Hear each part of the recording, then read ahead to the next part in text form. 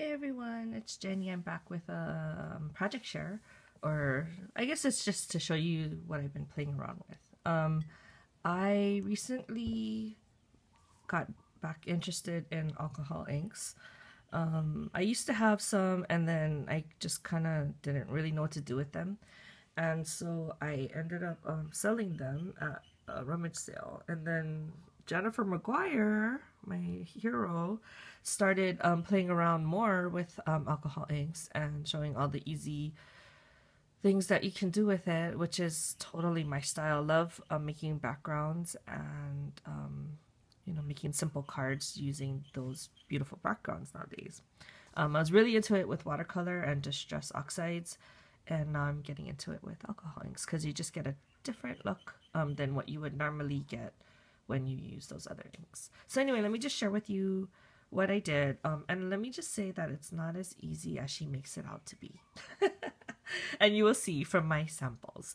And I really shouldn't show you because they're kind of ugly, but I'm going to show it to you anyway so that you can get a good laugh and see that. I actually, my husband was laughing because I was playing the video and I was trying to do it alongside her and do it the same way she did it. But I don't know if it's like the supplies I had wasn't the same as what she used or what, but I just don't have as good technique as she does, so don't laugh. But anyway, or you can laugh, it's fine. So she, in her video, I think she uses that Yupo paper, which I haven't been able to get my hands on.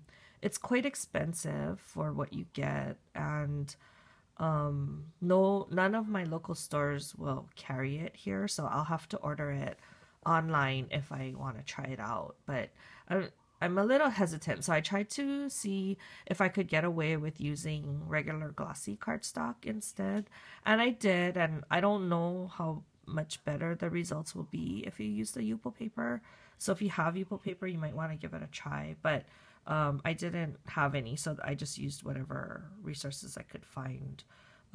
So I did find white glossy cardstock, so I cut them all down so that they're all ready to go.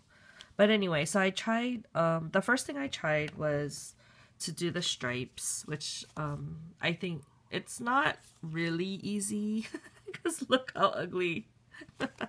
Look, not perfect. But, then I started to get the hang of it. This one I added some gold.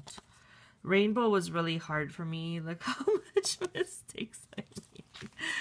But the good thing is I told my husband I think I can cut that and still use like part of it. So don't laugh. It's hard. I want to see yours. Okay, so anyway, so that's the rainbow.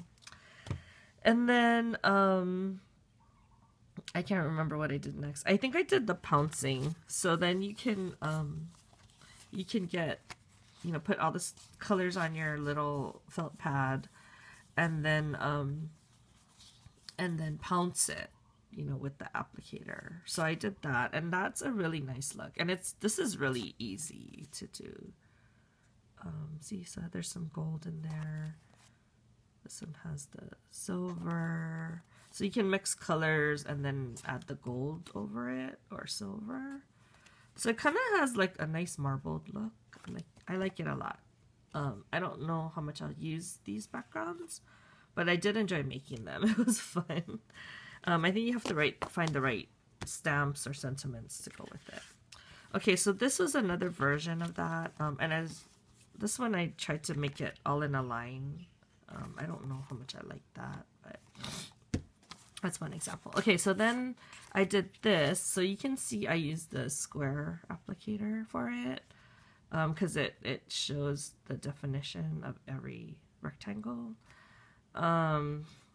I don't know how much I like that, but I thought it was just neat to look at. Like, I don't know if I would necessarily use this for anything, but it was fun to make.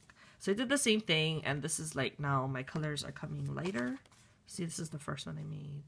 Then this is the second one, and then this is the last one. So look how much more white there is. I didn't re-ink it, that's why. So I think it's kind of neat to have different variations. Okay, and then this one I found to be the hardest, or maybe not the hardest, but it was hard for me because I guess I wasn't sure like how much ink to put, and then it started getting brown, you know, and I'm like, ah. So that was a little difficult. Then I had to like sop up the excessive ink, and then my paper started like curling. So it was a little, it was not, this one wasn't easy for me. But I think as you get the hang of it, you can do better than I did. So this is the one. Okay, so when you're using this glossy cardstock, yeah, because I didn't use the Yupo paper, I think maybe you might get different results. When Jennifer McGuire was doing her video, she just got the alcohol ink, right? And then she just like dotted it all directly on the paper. And then she would get the straw and like blow it around and then add like the mixative or the blender and then add alcohol or whatever. But I didn't, like, when I did that, my ink, my alcohol, whatever I dropped was just starting, it would just stay there. Like, it wouldn't move around. And so what I ended up doing to get this type of effect was I actually got my blender tool, which is now falling apart. I had to glue it. Okay, so I got the blender tool and I put a felt pad on it, and then I put rubbing alcohol on it, and I just swiped the whole card first. And I did that so that it had a layer of the alcohol already on the card, so that when I did drop the drops, then it started to move. So I don't know. I think it, like I said, I think it depends on what cardstock you're using. So you may have that same problem. So if you have that problem, you might want to try using the putting a layer of the alcohol on it first to kind of help the color move around. So anyway, so I started playing around, added color. This one I did add like a pearl mixative afterwards, so you can kind of see the pearliness. So I kind of like how that one came out. And then you use like a straw to blow on the ink so that it moves around, and that's how you get like these cool effects here. I was hoping the gold would move around more, but it didn't. So it's you can kind of see where I dropped the gold. So I didn't like that. I tried to add more blending solution, and I mean, it came out okay, but I wish the gold would move around more. I don't know how to make that happen. See, so here, even here, the gold didn't move around so much. So I guess I just have to not put as many, like this is weird looking. You can see all the dots where I put it, and this one I put less. Okay, and then this is is this silver? I think this is silver. I kind of like that one a lot. And then this one, I like this one a lot. This one has the silver, and then this one has the pearl. So the pearl is a little bit more, like, less shiny than the silver. It has kind of the same coloring. Like, this is more silver, because see how bright it is? And then this one, like, it blends more with the colors. Okay, and then the last one I did, these, I really, I don't know if you remember, oh, look, see, it's coming off of my finger. I had done Distress Oxides, and there was a patina tutorial online, which I'm sorry, I can't remember who did that, but it was really good. And I linked it in my Distress Oxide video. But I tried to do that, like similar colors on the patina to see if that would work here with alcohol inks. And I think this is my favorite look of all of it. And it's, I guess because they're alcohol inks, it's a little bit like brighter, the colors. It's a little bit more like the regular Distress inks, whereas the oxides are more chalky. So it depends on what kind of, it depends on what kind of like look you're going for. But I really like how these came out. So like this one I did with all the blues and the greens, and then I added brown and gold. And then I used like the straw and all that stuff. And then this one I used more greens and browns. And then I decided to try it with reds.